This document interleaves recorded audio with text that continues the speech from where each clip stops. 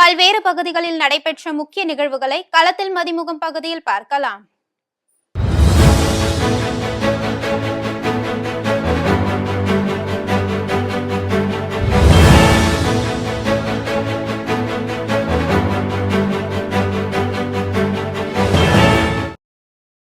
திருவண்ணாமலை மாவட்டம் செங்கம் மற்றும் அதனை சுற்றியுள்ள பகுதிகளில் தொடர் கடும் பனிப்பொழிவு மற்றும் மூடுபனி நிலவி வருகிறது. இதன் காரணமாக விவசாயிகள் பயிர் செய்து வரும் நெல், கரும்பு, காய்கறிகள் உள்ளிட்ட பல்வேறு பயிர்களில் நோய் தாக்கம் அதிகரித்துள்ளதாகவும், இதனால் மகசூல் கிடைக்கவில்லை எனவும் விவசாயிகள் வேதனை தெரிவித்துள்ளனர். மேலும் ஆனந்தவாடி வழியாக கிருஷ்ணகிரி செல்லும் தேசிய நெடுஞ்சாலையில் கடும் மூடுபனி நிலவியதால் அனைத்து வாகனங்களும் முகப்பு விளக்குகளை ஒளிரவிட்டபடி சென்றன. புதுக்கோட்டை மாவட்டம் ஆலங்குடி அருகே அமைந்துள்ள புனித அந்தோணியார் ஆலய திறப்பு மற்றும் திருப்பலி நடைபெற்றது. இதனை தஞ்சை மறைமாவட்ட சகாயராஜ் கலந்து கொண்டு திறந்து வைத்தார். இவ்விழாவில் பரதநாட்டிய கலைக்குழுவினர் பரதநடனம் ஆடி பங்கு தந்தையரை வரவேற்றனர். இதனைத் தொடர்ந்து அந்தோணியார் வழிபாடு மற்றும் மாபெரும் அன்னதானமும் வழங்கப்பட்டது. சென்னை தாம்பரம் சட்டமன்ற தொகுதிக்குட்பட்ட பாரத மாதா தெருவில் செயல்பட்டு வரும் டாஸ்மாக் கடையை உடனடியாக மூட வேண்டும் என வலியுறுத்தி செங்கல்பட்டு மேற்கு மாவட்ட அதிமுக மாணவரணி சார்பில் சாலையில் அமர்ந்து போராட்டத்தில் ஈடுபட்டனர். போராட்டம் காரணமாக அப்பகுதியில் பரபரப்பு நிலவியதோடு போக்குவரத்து பாதிக்கப்பட்டது. புதுச்சேரி முதலியார்பேட்டை தொகுதிக்குட்பட்ட பல்வேறு பகுதிகளில் தனியார் ஒப்பந்ததாரர்கள் மூலம் சரிவர குப்பைகள் அகற்றப்படுவதில்லை என பொதுமக்கள் குற்றம் சாட்டி வந்த நிலையில் தொகுதியின் சட்டமன்ற உறுப்பினர் சம்பத் தலைமையில் பொதுமக்கள் மரப்பாலம் சந்திப்பில் உள்ள நகராட்சி அலுவலகத்தை பூட்டி தர்ணாவில் ஈடுபட்டனர்.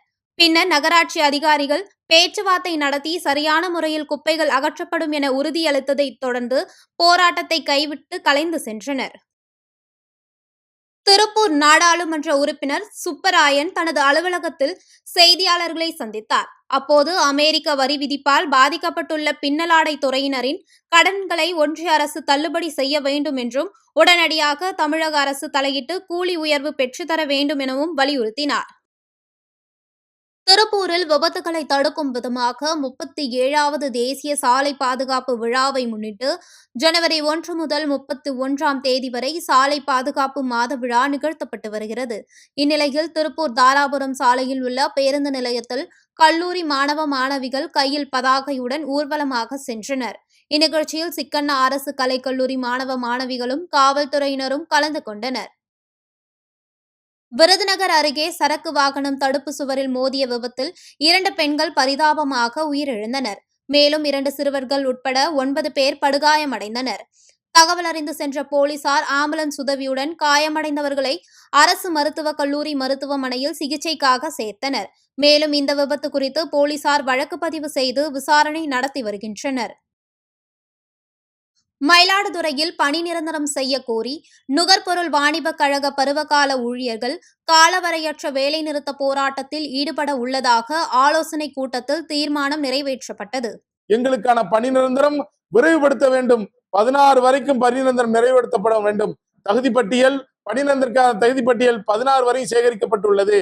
உடனே பணி நிரந்தரம் செய்யப்படவில்லை என்றால் அனைத்து மாவட்டத்தில் உள்ள பருவகாலர்கள் ஒன்று கூடி டெல்டா மாவட்டத்தில் கூடிய விரைவில் காலவரையற்ற போராட்டம் நடத்தப்படும் என்பதை இதன் மூலம் தெரிவித்துக் கொள்கிறோம்.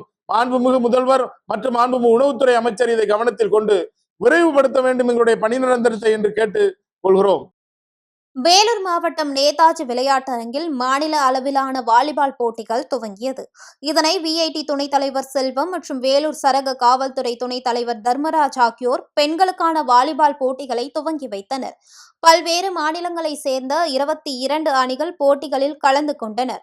தொடர்ந்து போட்டியில் வெற்றி பெற்ற அணிகளுக்கு ரொக்க பரிசு மற்றும் கோப்பைகளும் வழங்கப்படுவதாக தெரிவிக்கப்பட்டுள்ளது.